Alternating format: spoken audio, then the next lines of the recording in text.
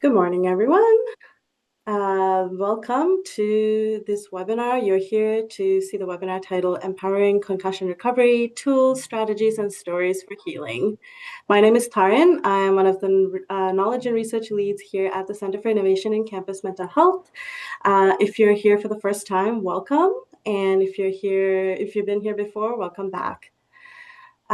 Before we begin, I do want to sort of go over a housekeeping. Closed captioning is available. If you look at the bottom of your screen, you can turn it on. You're also welcome to turn on translated captions. So make sure that speaking language is set to English, and you're welcome to set the translated captions to French.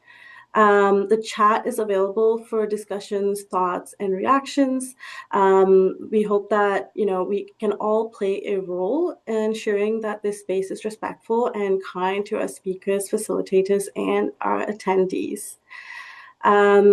I know up here it says the Q&A period is the last 15 minutes. It might be a little shorter, and we might potentially go over the 12 p.m. mark. So just a heads up, folks, but this will be recorded, so you're welcome to come back to our recording and check it out if you have to leave. Questions will occur at the end, and the recording will be available on our website after our webinar, usually by the end of the day. So without further ado, I'm going to stop sharing. I will turn it over to our speakers. Maybe I'll get everyone to introduce themselves.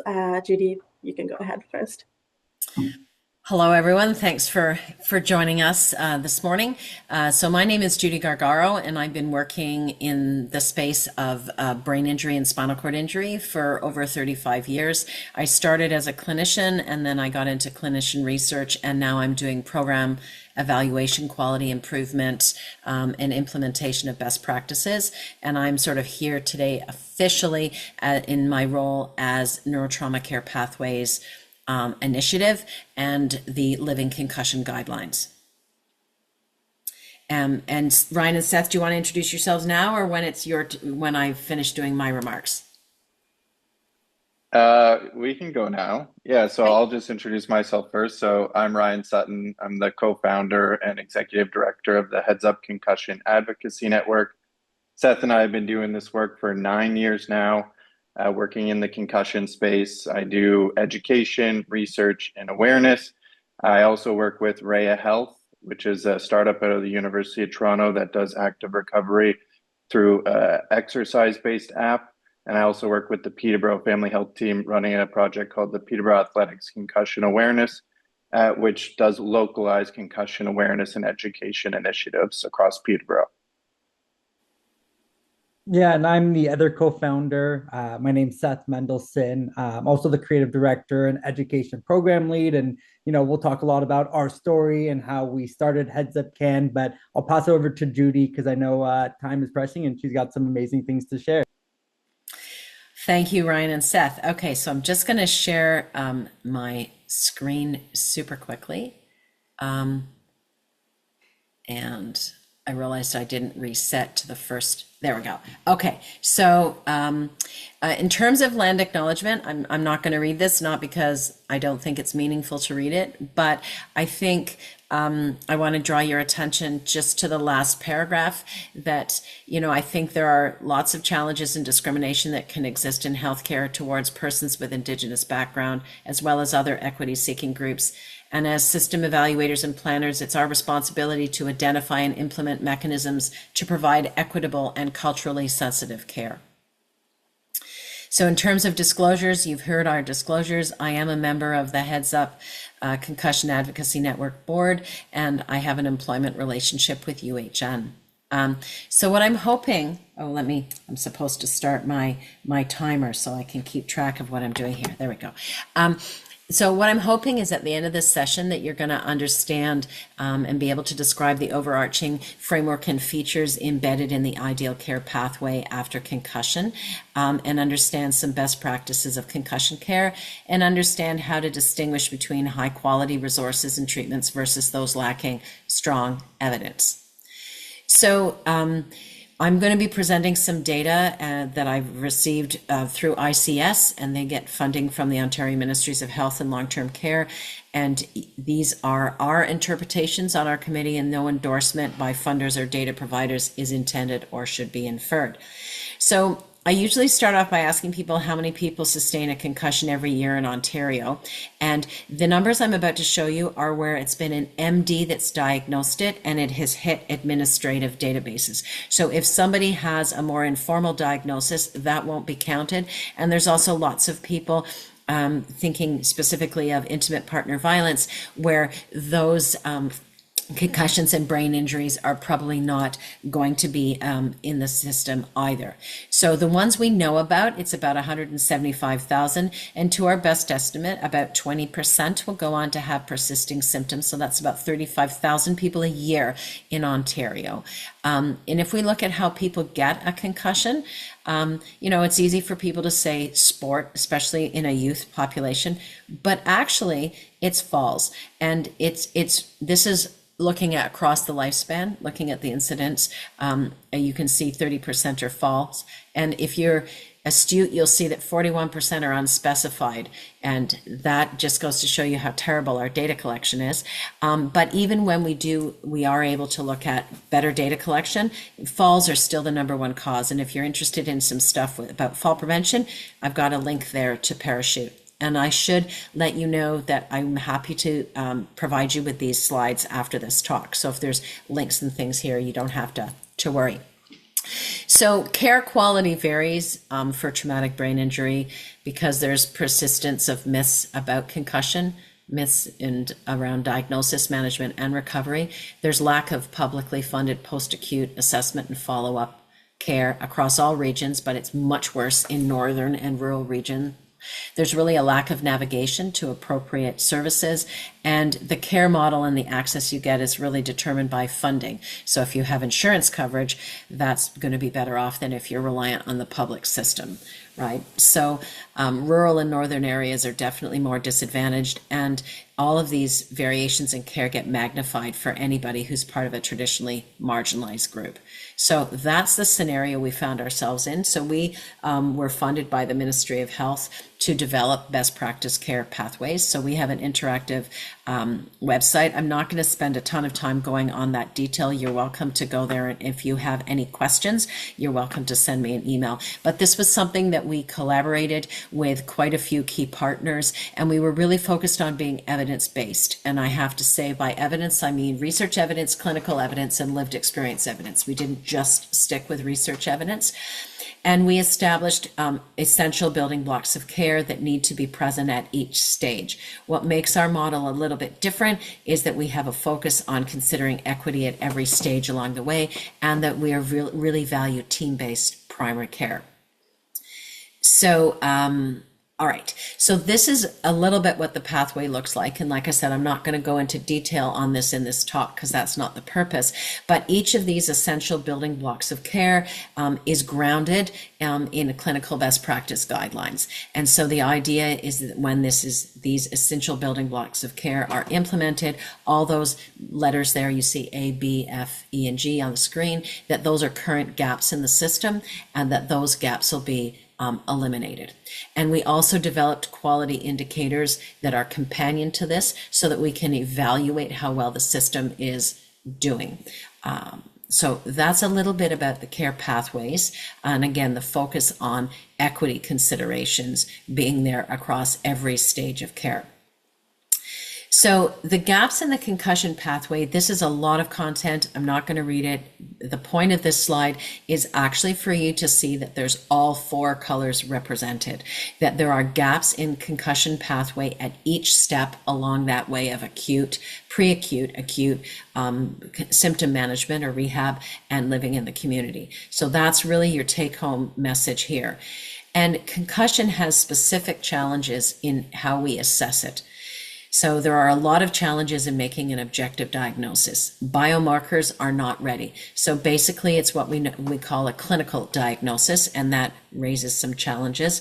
The ACRM has just developed some new concussion criteria making a diagnosis, and I strongly recommend for people on this call who are in a position to be making assessment of concussion that you look into those ACRM criteria. Concussion is also heterogeneous, meaning it's very individual. When you've seen one concussion, you might have only seen one concussion.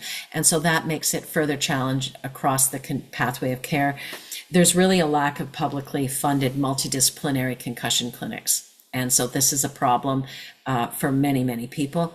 There's also not a clear prognostic model. You can have people who make a full recovery all the way to people who have debilitating persisting symptoms. And this further makes it challenging on having a clear idea of what the pathway of recovery is going to be for everyone.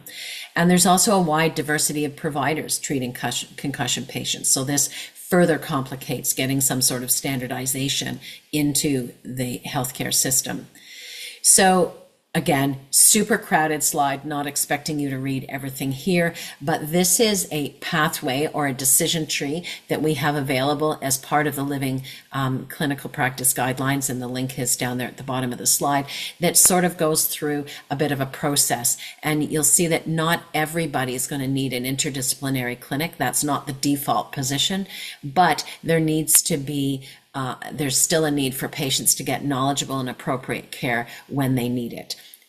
So all of this work is grounded in evidence, and there's also an acknowledgement that ideally you can enter this pathway, immediately, but sometimes it can be after a short period of time or after a long period of time. We're not restricting that it's only for those acute and immediate concussions. And then the idea too is that there are also referrals that might be possible for people who don't specifically work within concussion, but that they work with whatever symptoms, the persisting symptoms that a person has. So anyway, I have the link there to that. I recommend that you take a look at that. So in terms of key clinical actions, it's really important that a diagnosis is made by a healthcare provider who can rule out red flags and do a full differential. So I'm not criticizing, like a physiotherapist or an athletic trainer. They are the first line of understanding whether there's a possible diagnosis, and they probably have a lot of clinical experience to be able to assess whether there's a possible diagnosis. But they're not really in a position to be able to rule out all the red flags that it could be, or to do a full differential. So at the moment, that's why having a physician or a nurse practitioner is really the best practice at this current time. The other thing that we find when we talk to people is that they're not given information. So a key clinical action really is that people have to be given the right education around relative rest and getting exercise relatively quickly to stay active. They need to be given information around what they can do to optimize their recovery, how to get follow-up care to make sure they get it, and where to get it, and peer support resources. A lot of folks feel alone, especially if they are challenged with persisting symptoms, and it's important that they get connected to peer groups. So we have done some work on developing information that can be given out to folks, and Ryan and Seth have also been working in this space as well. So it's really important to get that good quality education right up front. It's really important to screen for any risk factors for persisting symptoms and for any mental health issues. I'll talk about the mental health issues a little bit later, but these are folks who maybe need to be referred into sort of an interdisciplinary or multidisciplinary clinic sooner than later. Best practice is to be followed up by your primary care provider within the first 2 weeks, and many of you are probably scoffing on this because it's very difficult to get into primary care at the moment within those first 2 weeks post-concussion. But the real take-home message is make sure you have a follow-up. Even if you're feeling fine, it's good to even just have a telephone follow-up, because there may be some things that you're not quite as fine as you think as well. It's important that if you're still symptomatic at 4 weeks, that there be some sort of specialist referral, either to a multidisciplinary evidence-based concussion clinic or for a specialist relating to the symptoms that you have that are persisting. And I've got the QR code there for the living concussion guidelines. And when we say living, that means that they are continually being updated by evidence. So when ACRM brought out those concussion diagnostic criteria, they were almost immediately integrated into the living guidelines. So this is something that you can keep going back to and checking on. So one of the tools that's available there is this little one-pager called the do's and don'ts. And this is something that we produced, and we recently updated it last year with some of the clear do's and some of the clear don'ts. One of the things that was a message a number of years ago was we thought that full rest and basically rest until you feel better was the right advice. We realized that that is actually not just not good advice, it's the fully wrong advice. And that it is important to do relative rest, taking it slowly, but don't avoid activities. Don't avoid having the possibility of some symptom exacerbation, but you have to get back into activity. So this is available as a PDF on the guidelines. You're welcome to download it. So you can get access to any of the best practice guidelines for brain injury on that braininjuryguidelines.org website.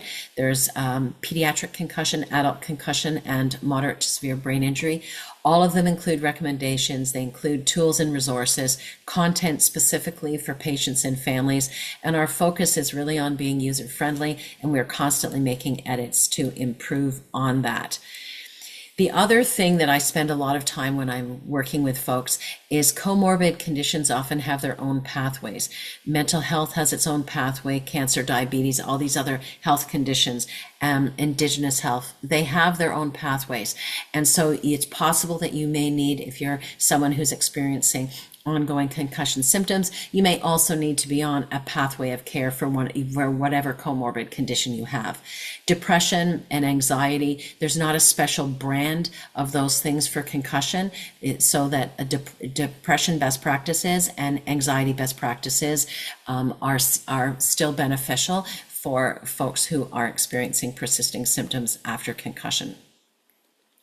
So this is just a slide to show you what the cover pages of all of these clinical practice guidelines look like, and I've included the QR codes so you can get at them through braininjuryguidelines.org, or the pediatric guidelines also have their own separate websites, concussionsontario.org and pedsconcussion.com. And this is just an example of, on the adult concussion guideline, you can see that there's health provider guidelines, goes through the methods of how they were done. There's resources, there's a patient version that's there, and there's a QR code for accessing that. And they have different concussion toolkits. So that care pathway that I showed earlier in the do's and don'ts, you can access those from the concussion toolkit slide. With regards to pediatric concussion, and I know we're talking post-secondary, so you may be saying, I'm not. Pediatric isn't relevant to me. Well, there are some things around supporting a student with concussion, and obviously they're referring to elementary school and high school, but there are some helpful things that can be used even in the post-secondary context. So this is just an example of some of these handouts that they have for parents, teachers, coaches, and healthcare professionals that are very user-friendly, and they have additional resources for families and community members. So just putting that out there as a possible resource. So when you signed up for this session, there were people who asked a number of questions that they were hoping to get answered. So post-traumatic headache is the most common symptom post-concussion, and it's also the most prevalent around persisting symptoms following concussion. And the challenge with headache is also, if I gave everyone the Rivermead post-concussion scale, many people would endorse what we would consider post-concussion symptoms just in their everyday life. So it becomes very challenging to subtract and separate out what really is a post-traumatic headache from concussion and what is maybe part of your just natural headache profile. So there's some information there around diagnostic criteria for headache, and this is a section that I pulled from the clinical practice guideline. So you can see there Appendix 6.1 and 6.2 have information around making that diagnosis of headache. Again, looking at diagnostic criteria. There's also a document there, assessment and management of post-traumatic headache following concussion.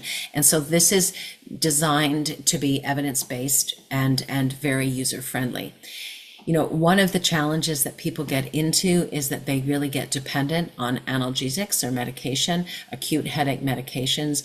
And this is a challenge because it can actually help perpetuate the chronicity of your headaches, and you can get medication overuse or rebound headaches. So that is why it is important to engage in proper clinical practice. There are pain and headache clinics that people can be referred to if they're really struggling with headaches, or even, a primary care provider will have some tools where they're able to prescribe better headache medications to avoid that kind of chronification of headaches and rebound headaches. So this slide again is super crowded, and I didn't put it here because I wanted you to be able to read every word, but just to show you that there is an appendix in the guideline that talks about self-regulated intervention and lifestyle strategies to minimize headache occurrence. And so you can see that there's elements there around looking at sleep, regular meds, hydration, stress management, and exercise. And I think, some of these things for sure are difficult. This advice is difficult to follow when you're having chronic headaches, but this is really good advice. Hydration, super important, and many people are not good at hydration. That is one of the things that is generally everyone can do better.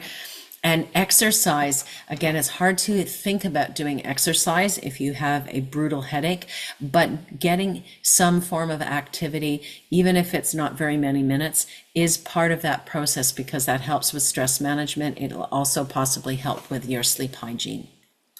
So there are some recommendations there. The other questions that people asked were around pacing.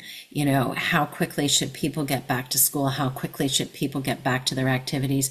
And there's no magic bullet answer where I can say, this is going to be the scenario for every person. That's not how this works.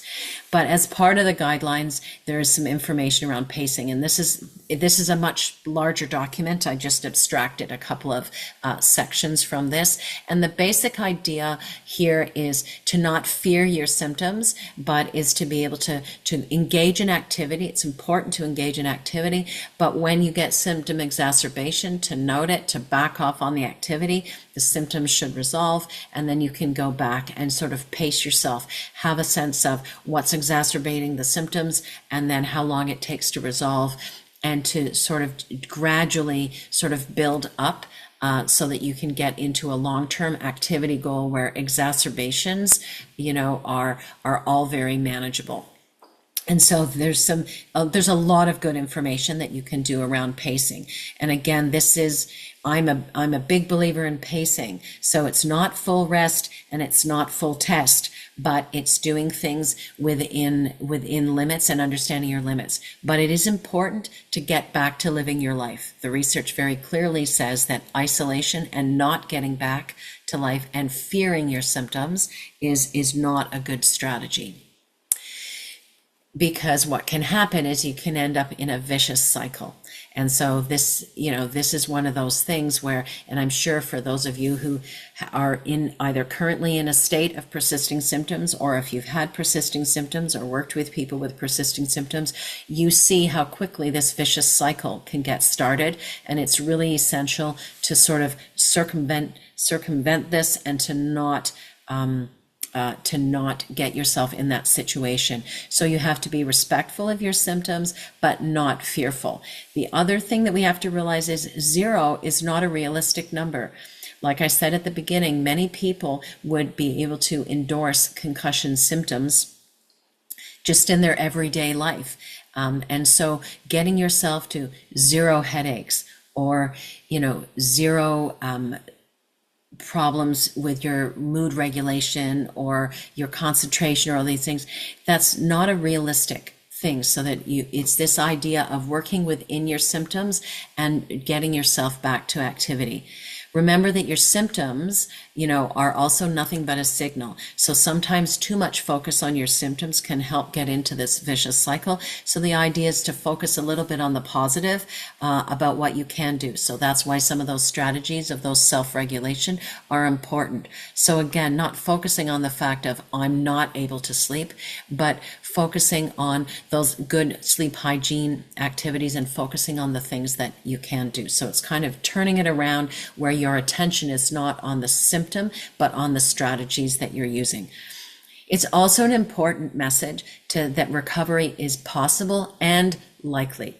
So there are a lot of people who are very lucky and their symptoms resolve within 10 days. And that is great.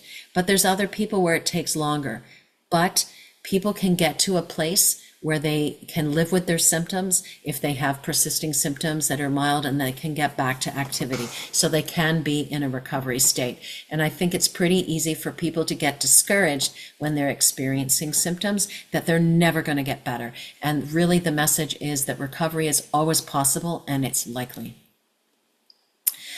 So folks had a number of questions about getting back to learning. And so there was a time when the recommendation was to wait until you were asymptomatic to get back to class. And we've now sort of realized through research that this is not good advice. The idea is to get back to class as soon as possible.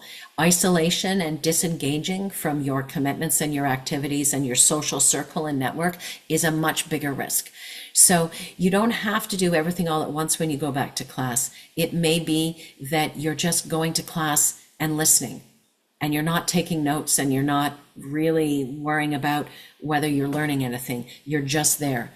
There's also ways where if taking notes and listening is beyond what the capacity is, maybe you can record the lecture and use AI to summarize it, even though AI is not always perfect, but still, or you can use a note taker. The other advice that has come out with many people who work with students is it's important to keep completing your assignments.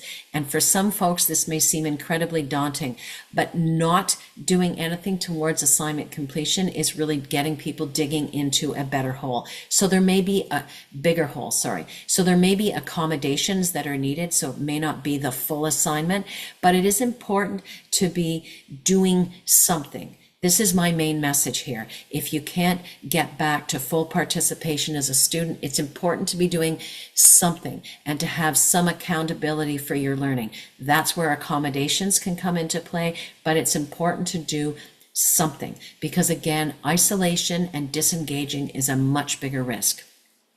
So as I've indicated before, there's no magic solution or one size fits all, but there are some common strategies that the research has found are sort of helpful across many people. So do what you can do, but don't do nothing. That really has to be our sort of mantra at the moment. It's important to try and increase tolerance by taking rest when symptoms increase, but then resume when symptoms back off.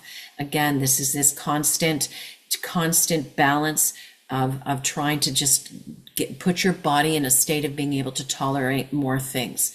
One of the problems that people get into when they persist with using noise cancellation headphones in 100% of their life is that the brain actually adjusts to being in this quiet environment so that when it is exposed to noise, it really has almost like a rebound effect, and it doesn't. It's so out of practice of dealing with sound that it doesn't know what to do. So I'm not saying don't use noise canceling headaches. That's not headphones. That's not the message. But don't be in a situation where you're wearing them all the time or for a long period of time in your life, because that's also not helping. That's having a negative effect on your brain's ability to deal with sound in its environment. So, and it's also not me saying to people to suffer with your symptoms. So it's, again, getting this balance of getting your brain in a state of being able to handle your symptoms, but not asking it to do too much at once. Getting outside and walking is really critical. This doesn't mean go to the gym and pump weights and, be an elite athlete. Just getting outside has positive benefits. Walking, again, has positive benefits. Don't isolate. It is so important that if you're used to, doing a tutorial every Friday morning at 9, go to that tutorial. Even if you don't have a lot to participate, to contribute to that, be in that social setting as much as possible, and avoid substances, alcohol and, cannabis and illegal substances all have a negative effect on brain healing, and so they should be avoided, particularly while you're symptomatic. So this is an example. Again, this isn't me showing this because I want you to read every word here, but just to show you that there's a return to school accommodation plan, and it involves sort of accommodations if people are having headache or vestibular and vision symptoms, if there's cognitive fatigue, sleep disturbances, and mental health issues. Also, as part of the living practice guidelines, there is this form that you can complete around communicating learning accommodations and modifications. And this was developed out of the BC Injury Prevention Unit. And again, it's available for download and use. And you can see the topics that are there where folks may have persisting symptoms and there may need to be some accommodations. The other message to give around accommodations is to have frequent reevaluation of the accommodations. So if the accommodations are not working, of course that needs to be reevaluated. But if they are working, and that's great, maybe they can be reevaluated so that there can be a phasing out of some of the accommodations. Just again, so that this is again helping to further optimize your recovery trajectory. So there were also a few questions around mental health. So mental health and concussion are definitely intertwined conditions. The Venn diagram is definitely a big overlapping circle. And there is an assessment and management of mental health disorders following concussion in the living practice guidelines that people can use as a guide. And it's very common for folks to have depression, anxiety, and emotional lability and stress-related symptoms after a concussion. And these can be new symptoms that you never had before, or they can be an intensification of symptoms that you have experienced in the past, and they've now bubbled back up to the surface. So as I indicated earlier, using mental health best practices still very relevant, even if the person is in a post-concussion state. So it's important to monitor symptoms, to screen and intervene early. This idea of not getting help quickly, that is not the recommendation on the mental health symptoms. If they are persisting or people are feeling just very, very terrible, it is important to intervene early, because research has shown that by not intervening early, that can lengthen the recovery trajectory. And old emotional response pathways can frequently be reactivated. So again, there needs to be acknowledgement of this, and then again, working a mental health supportive pathway to kind of work on this. Research shows that there's multifaceted strategies seem to bear the best fruit on this. So graduated physical activity, and again, this isn't necessarily going to the gym and pounding weights. If that's your regular routine, then that's good for you. But for someone where that's not the regular routine, just getting out, doing some physical activity of any sort is important. CBT or cognitive behavioral training has found to be very effective. Lots of psychoeducation. There's lifestyle and sleep hygiene, pacing, being socially active and involving in recreation to the extent that you can. Very important. Isolation needs to be avoided. Having a daily routine and some sort of structure is important. So this fits in again with trying to get back to some sort of academic engagement, because that becomes part of a daily routine and structure. And when necessary, medication. medication, of course, not being the first choice, but it may have to be the choice for a period of time. I've included 2 links there to some resources from the States, fact sheets and suggestions. One is from the, I'm just gapping on what it is now, the Model Systems, that's it. Model Systems KT organization in the US. And also I quite like the website brainline.org. There's quite a few things that you can get from there. And there's some helpful information there about emotional problems after brain injury. So what can be expected in a post-secondary environment is that all campuses now have accessibility services. There was a time where this wasn't the case, but I believe all campuses have accessibility services and all accommodations would be coordinated through them. What I found was really interesting is that all colleges and universities are required to have standardized concussion safety protocols, but they're not mandated to have a return to learn protocol. And the content of these concussion safety protocols really varies institution by institution. Where it gets more standardized is when we're talking about post-secondary athletes. So as part of Rowan's Law, they're required to have documented concussion policies, education resources, and clear removal and return protocols for student athletes. Now, some of this content may be relevant to a non-athlete student, but I just thought it was sort of interesting where the mandate existed. So the thing I want to just quickly finish up my talk about is that there are treatments without strong evidence. And this isn't me saying don't engage in these treatments. This is me saying there's not strong evidence that says that this is a treatment that's going to work for the majority of people who try it. These treatments will work for some people, but they're not at the level where I would say they're ready for prime time, where they're going to work for a large number of people.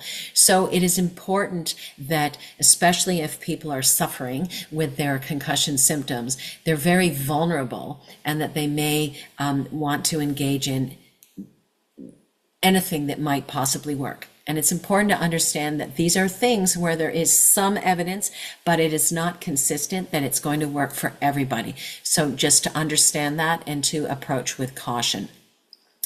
It is also important that when you're looking at the evidence that people are giving for whether a particular treatment is going to work, it is important that you really are critical. And I mean, not critical in a negative sense, but critical in an appraisal sense of what that evidence is. So who is promoting the evidence? So if it's the person who has made the gizmo or gadget that's being promoted, who's now promoting the evidence, who's paid for the research, who is doing all the promotion, you might want to be a little bit skeptical. You also have to look at what year the evidence is from. There's a lot of stuff where there was a flurry of evidence maybe like 20 or 30 years ago, and there's been no new evidence. So that should be telling to you that maybe it's not as effective as originally thought it might be.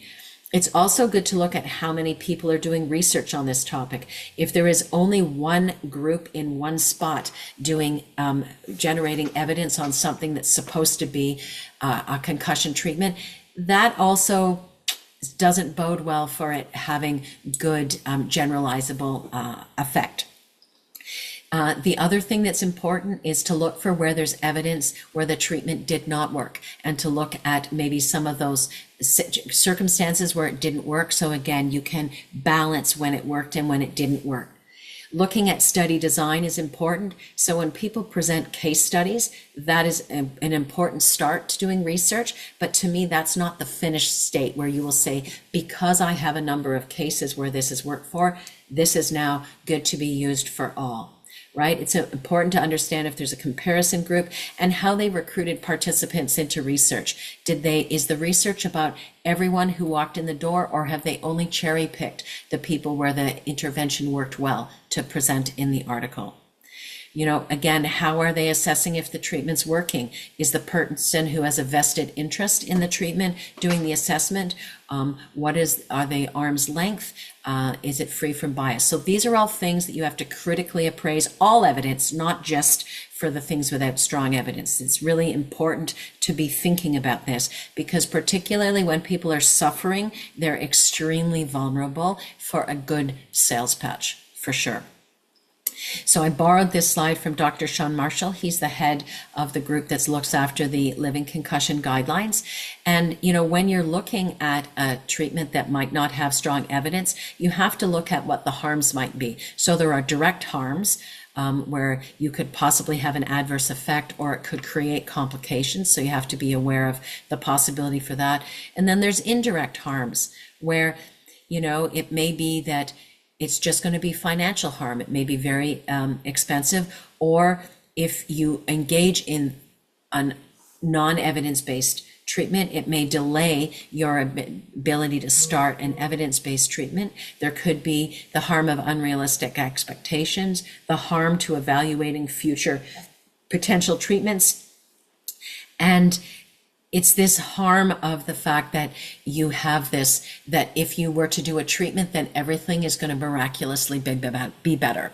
And so it's important to sort of evaluate these harms.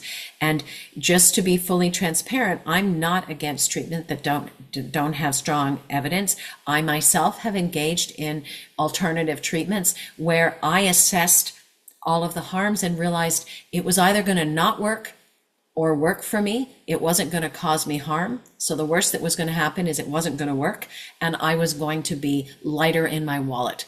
And so I decided that I would be prepared to give things a chance up to a certain amount of financial commitment. And then if it wasn't working at that point, I was going to stop. But again, it's just this idea of critically assessing things. So it's also important to evaluate the care that you're getting. So there are standards for concussion clinics that are available on the website, and there's an interview guide that you can access, so that you're welcome to get that from me. And my contact information is at the end of the slide. So it's really important that people are qualified and experienced in concussion, that there are core functions that are available, and that they need to have ongoing access to a physician or someone to be able to manage those differential diagnoses. And they also have to be clear on when they know something is going to work for you or when it's not going to work for you, and how they evaluate that, and when you might need to discontinue treatment if it's not working for you. So if you're in the Toronto area, there is a Toronto Concussion Navigator. And so again, here's the QR code, and this will be a link to get you access to evidence-based services for concussion that are free or almost free. We are now spreading this across the province, but don't get too excited, because there are lots of spots where there are not publicly funded services available, but this will help point you to the spots where there are. This is also another helpful resource. It's called the Central Link, and this is available off the Neurotrauma Care Pathways website, as is the Concussion Navigator. And this is helping link people, and the small map there that you won't be able to see shows you all the different areas of the province where they have committed to inputting where services are, and this will help give people access to publicly funded services. It's a resource library of services. This is also available. It's free. It's run, it's the Kite Teleneuro Rehab Center. And so this is for folks who have persisting symptoms of concussion, and they will remotely deliver cognitive and mental health treatments to patients across the province. This is a group treatment, and it's all online. So this is another resource that's free of charge that you can access. OBIA is another really good resource. So this is the Ontario Brain Injury Association, and they have training courses. They provide information. They also have a helpline, a 1-800 helpline that provides support, and they also have specific information and booklets and helpful advice on concussion. And they also have a peer support program. So the helpline is monitored from Monday to Friday, 9:30 to 4:30. And this is information around the peer support program. And like I said, I'm happy to share these slides so you'll have it. Brain Injury Canada has some information. Just want to highlight that this is not living information, so it's possible to be out of date. And all of their service directory that's there is not vetted. It's simply people who have recommended, asked to be put on that list. So again, just something to consider. There's the concussion awareness training tool, and you can see there's a section there for school professionals. So highly recommend that. There's the link. The Canadian Concussion Centre has webinars on Tuesday evenings throughout the year. They have a range of topics. These were originally designed for people with lived experience and family members, but also there are many healthcare providers and school professionals and coaches who attend this. So you can go on the website to get a list of those sessions. Parachute has some information. I'm just going to stop my timer because it's about to go. Parachute has some information, particularly around sports, but there's some return to schools strategy information there. So key message, my last slide, almost last slide. Evidence-based care pathways are important to provide a framework to standardize care, and we need to focus on care across the continuum, particularly in the community, to make sure people get what they needed. This is information on how to get to me. So judith.gargaro@uhn.ca. You can also follow Neurotrauma Care Pathways on the various socials. So I'm going to stop sharing my screen and turn it over to Ryan and Seth. Thank you. Thanks so much, Judy. Awesome. Great work, Judy. As always, really appreciate you taking the time to educate on all that important information. And also, those are a lot of great resources there too, which I really I think is a great wealth of knowledge. So hopefully you're able to share those slides with everybody afterwards and get that going. So I'll reintroduce myself briefly. So I'm Ryan Sutton from the Headsup Concussion Advocacy Network. My co-founder, Seth, should be joining us here in a second. I don't see his picture up yet. But essentially, this is a really great talk for us in particular. We started out as university students working in this space where we decided, hey, you know what? We feel like there needs to be more done on the topic of concussion. We're just going to start having a table at Brock University in our 4th year and just talk to students about concussion. So this is exactly how we got our start in this area. A lot of that came from our personal experiences, which we'll talk about in a second here.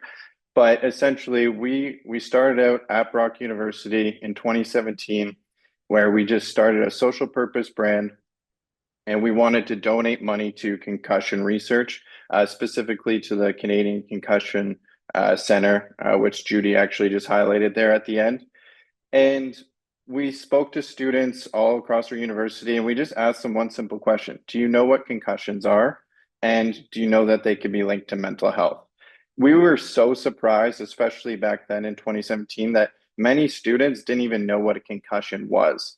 So this is what started our journey as to realizing, okay, we've experienced our concussions, we've dealt with them personally, and we felt that a lot of people around us didn't necessarily know how to deal with that and to help us. And so actually going out and talking to people confirmed a lot of the information that we took in personally through our own experiences. So through that, we decided to create the Headsup Concussion Advocacy Network. And it all really started with a conversation between Seth and I that we had in 3rd year, where I was dealing with my 5th concussion. And I was going through this recovery process that was probably the worst one I've had to date. Actually, it is definitely the worst one I've had to date. And it was so taxing because I was going through a recovery during the summer in between 2nd and 3rd year university. And I was working for a small business, and the small business was not understanding what I was going through. They weren't able to accommodate me because I was managing a small retail store. And so they essentially said, like, you have to show up to work even though you have a concussion. So I did that. for a bit, but then I ended up pushing myself too far. And if you remember the chart that Judy was showing where it was related to pacing, I was definitely on the pace where it was like going into the red zone and then getting out and feeling like I couldn't do anything the next day. And for someone who's on their fifth concussion, those feelings aren't new to me. In my experiences, I've actually had 8 concussions, as you see on the slide there. Everyone has presented differently. Everyone has had their own unique challenges, and each approach to recovery has been different. So the first ones that I had when I was in high school, and my first one when I was 7 years old, that was more the bedroom jail type of recovery, as Seth and I like to say, where we're stuck in a room for 2 weeks, a dark room, recovering and feeling completely isolated, away from our friends, away from our families, even though we're in the same home. And thank goodness we're not doing that anymore for recovery, because that was really taxing on my mental health. But then as we go forward, and I have my other concussions, and I have had them as an adult as well, we've learned more about this proactive approach to recovery that Judy was talking about, where you, yes, of course, you rest, but then you want to get back into your activities. And so, luckily, as I went through my experiences and having been in this space and talking with so many people about the recoveries, I was able to have a bit more of a foundation. But for me, it was the foundation that I had built for my own self care. So I found that by building self-care habits, just something as simple as Judy mentioned, going for a walk. I was also really into breath work in my concussion recoveries, which helped me a ton with my headaches. It helped me with my anxieties. It sometimes would even help with other things like nausea or concentration. A big one that I still do to this day is gratitude journaling, and that helped me get into the right mindset. When you're dealing with symptoms on a daily basis, it can be really debilitating. So when you're able to kind of bring yourself into the present and focus on all the positive things that you still have, it was able to put me into the right headspace for the day. And then you also have to pay attention to your body. So just maybe doing some stretching or some other things like that, to just get some movement going. It really helped me. And in those moments, a lot of that is self-care, where you're focused on the mind-body connection. And when you have a concussion, that connection is so important. And those are some of the things that I was able to learn. But you just do have to be careful with the self-awareness that you may develop in your concussion recovery, because it can also work against you if you start to feel symptoms coming on and you get scared a little bit. It's okay to feel a little bit of symptoms. Sometimes it's almost necessary in order to move through it. You don't want to get into that red zone, of course, but you have to go through those processes of feeling out your experiences and what you can handle and what you can't. And yeah, that's a little bit about my story. I kind of just went on there. I'll pass it over to Seth to share his. Yeah, so for me, having dealt with my concussion, the one that was diagnosed in high school, it was really challenging because, the information resources at the time wasn't really, where we are now. And as we all kind of just listened to, Judy talk, like this is like a living, process of understanding the concussion guidelines, and it's ever evolving. And so for me, when I went through and dealt with things I'd never experienced before, like anxiety, irritability, depression, these mental health symptoms, I didn't know it was because of the concussion I sustained, a few weeks before, right? And I think as I've gone through this journey, I've learned that 23% of individuals who experience a, brain injury, which is what a concussion is, and I feel like sometimes that gets lost in translation, do end on experiencing some type of mental health symptoms within a 12-month time period. So it wasn't really until I had met Ryan in university where I learned more about what this experience and how it impacted me. And I think what was really cool for us was having that conversation started this journey for Headsup Can. And we kind of took that same approach and just went on our campus at Brock University and just had these same conversations with other students. So as they were walking by, we'd be like, hey, like, have you ever had a concussion before? Did you know that concussions and mental health were directly linked? And the amount of people that were saying that they've had a concussion or didn't know about concussions and mental health was really eye-opening for Ryan and myself. And I think that day on campus at Brock kind of catapulted us into what's now been 9 years of doing this work and being very, awareness driven, but also education forward. And that's kind of where we've, found that within our mission is to become these national leader of understanding and communicating this experience, because it is so individualized, as Judy had mentioned at the beginning. Everyone goes through their experiences differently. Like, my concussion compared to Ryan's was very different, and Ryan's had 8 concussions, and each of those were very different. So being able to now bring this education, we're partnered with Ontario District School Boards, around 14 at this point, and we've been bringing this education to high school students, because it's something that both Ryan and myself never really had when we were, growing up. And so having that full circle moment, being able to share our experiences, our journey, but also just the evidence base, that's information that's constantly evolving. And having someone like Judy on our board of directors has really helped shape that and helped us and guide us to, ensuring that we're talking about the latest evidence-based information, because there is so much going on, and making sure that students understand the importance of advocating for themselves is so crucial, as we know. So yeah, that's a little bit about us, Ryan. I'm not sure if there's anything else you want to add to that.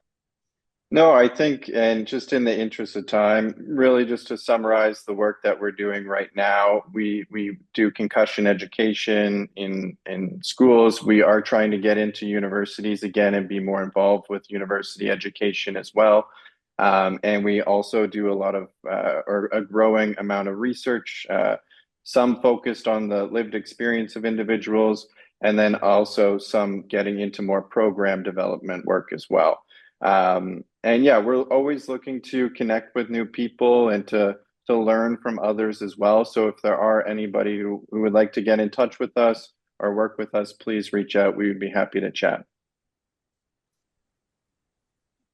Thank you so much. Really, really great information. I also want to be mindful of time because I know, Judy, you have to get going. There are a few questions, so I'll jump right into those. We have a question here asking, I have seen several patients who have been referred to a concussion clinic receiving care primarily from one nurse practitioner with little MD oversight. The patients are often seen virtually. Just wondering what kind of oversight exists for these clinics to ensure these clinics are providing evidence-based care. So there is no oversight for people providing concussion care, none. So a concussion clinic can put their shingle out, and there is no standard that they have to adhere to. There is no oversight. There's nothing. It's just simply, the clinical experience and strength of that team. So that's the first part of the answer.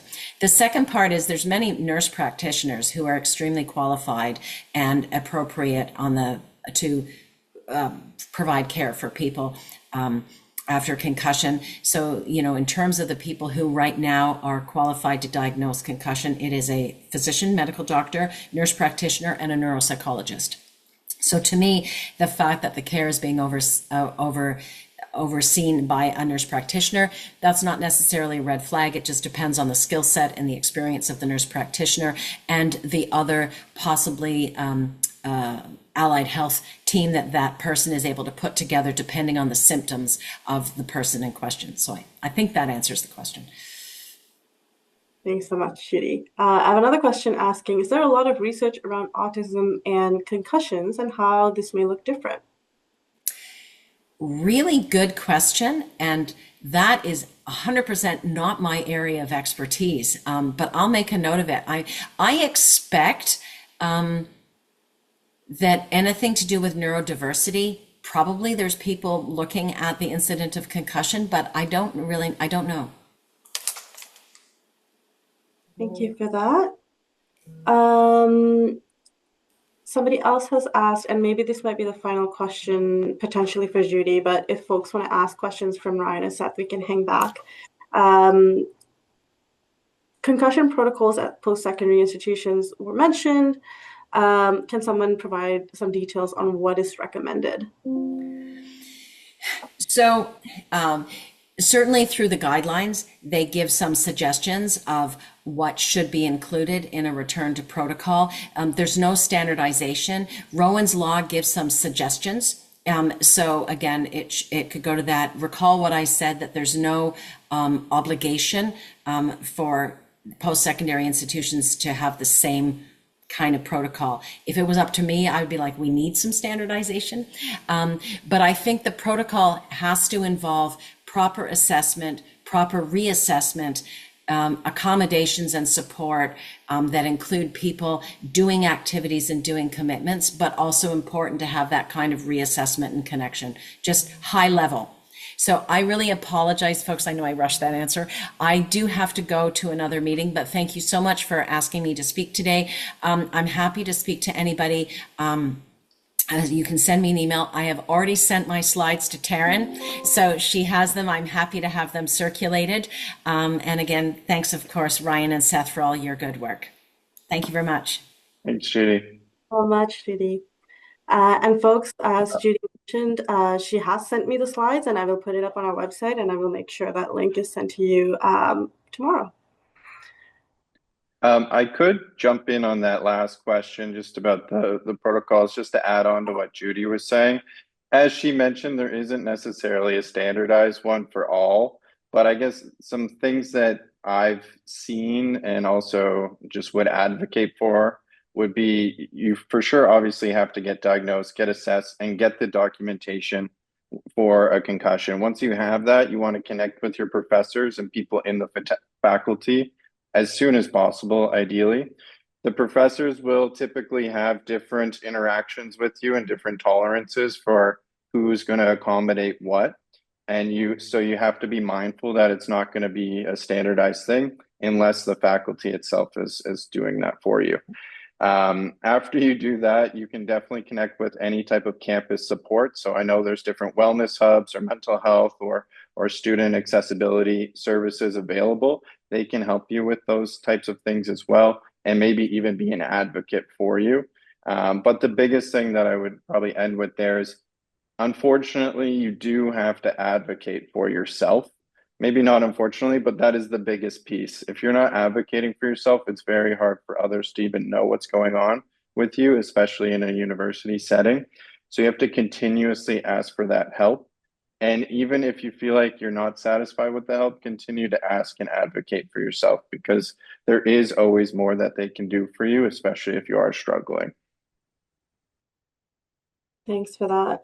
And self-advocacy as a skill is important not only for anyone, but really mostly for people who may have a chronic health condition.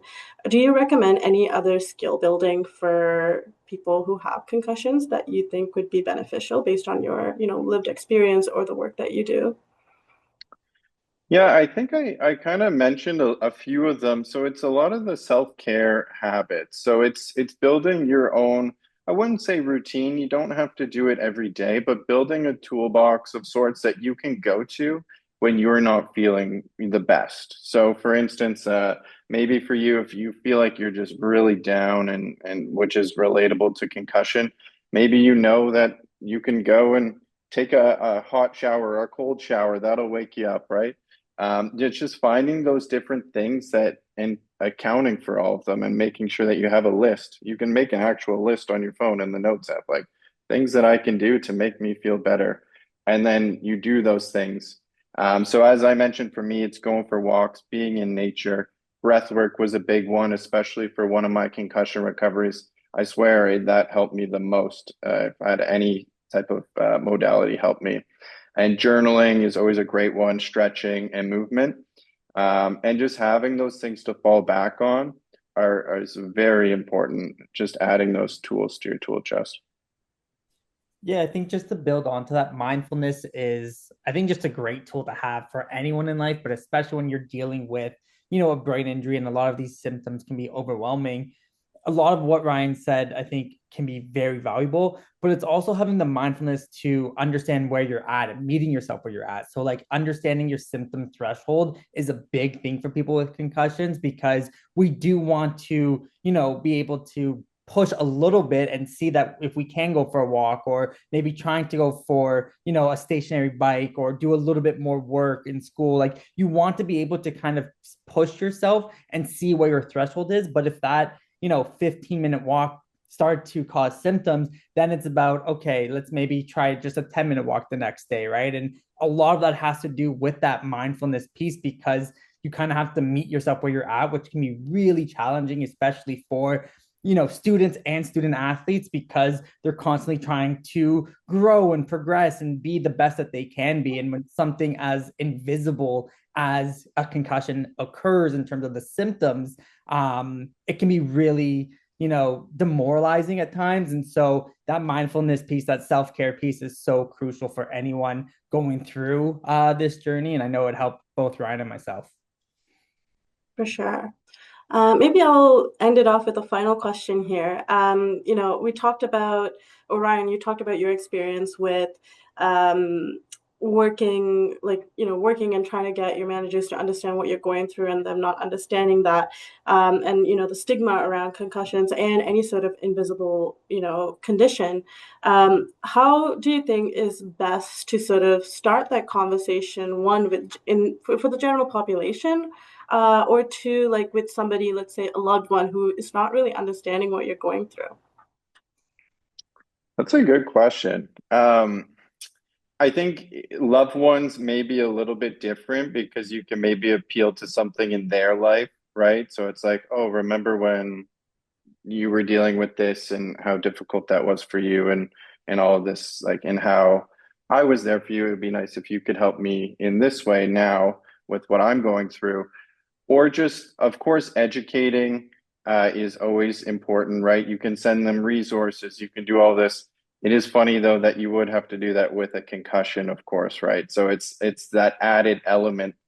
Um, in many ways, you have to ask for grace when you're actually talking about like connecting with an employer. I found that it can be a difficult conversation no matter what, especially for a small business who may be relying on you. But there's some things that you can't dispute, like the facts of having a diagnosis in your hand and saying, "Hey, I have a concussion. I will need this next week off. I'm so sorry. I didn't want this to happen either."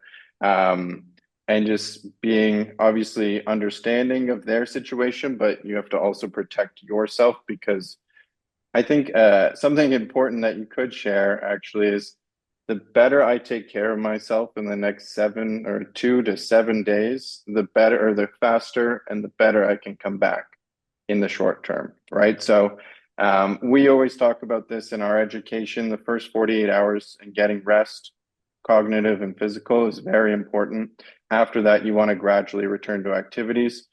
So maybe you can share something along those lines, but it definitely can be a difficult conversation. That's for sure. I'm not sure if Seth has anything to add there. Yeah, the only other thing I'd add, I think what Ryan said is so important. I think it's just remembering that sometimes vulnerability opens the door for an empathetic dialogue. And I Yeah. think so often we play these things in our head of like, oh, how is my boss going to react to this? How's my loved one going to, they're going to think this way of me, or think. And I know for me, when, I suffered my concussion playing football, a very like, tough, hardened culture type of sport, I was afraid of what my coaches were going to say to me when I wasn't playing, and my teammates, and all these things. But when you actually have and open yourself up to that vulnerable discussion, like I did with some of my friends and my teammates, they were so much more receptive than I originally thought. So I think, yes, I think the conversation is a lot harder in our heads than they actually are to have. And I think it's obviously different in case by case scenarios, but open yourself up to having that empathetic dialogue, because you never know how that person's going to respond to you. For sure. Well, folks, we are at the end. Thank you for hanging back for the extra 8 minutes that we went over. But very, very grateful for Ryan and Seth for joining us here today. And I know that they shared their contact information, so feel free to reach out to them for any of the work that they're doing. And I will make sure to add their contact information on the website as well if you didn't catch it here. And I know I put the survey here on the chat, so folks, please let us know what you thought about today. If you had any feedback, and I would be happy to share with our speakers as well. If there's no other questions from our audience, I think we will head out. Folks, reminder that the next 2 months we do not have webinars, but we will be back in September. So I hope you all have a very good summer and you're enjoying the nice weather. Thanks, folks. Thanks, everyone. Thank Thanks, you. Sarah. Appreciate it. Bye.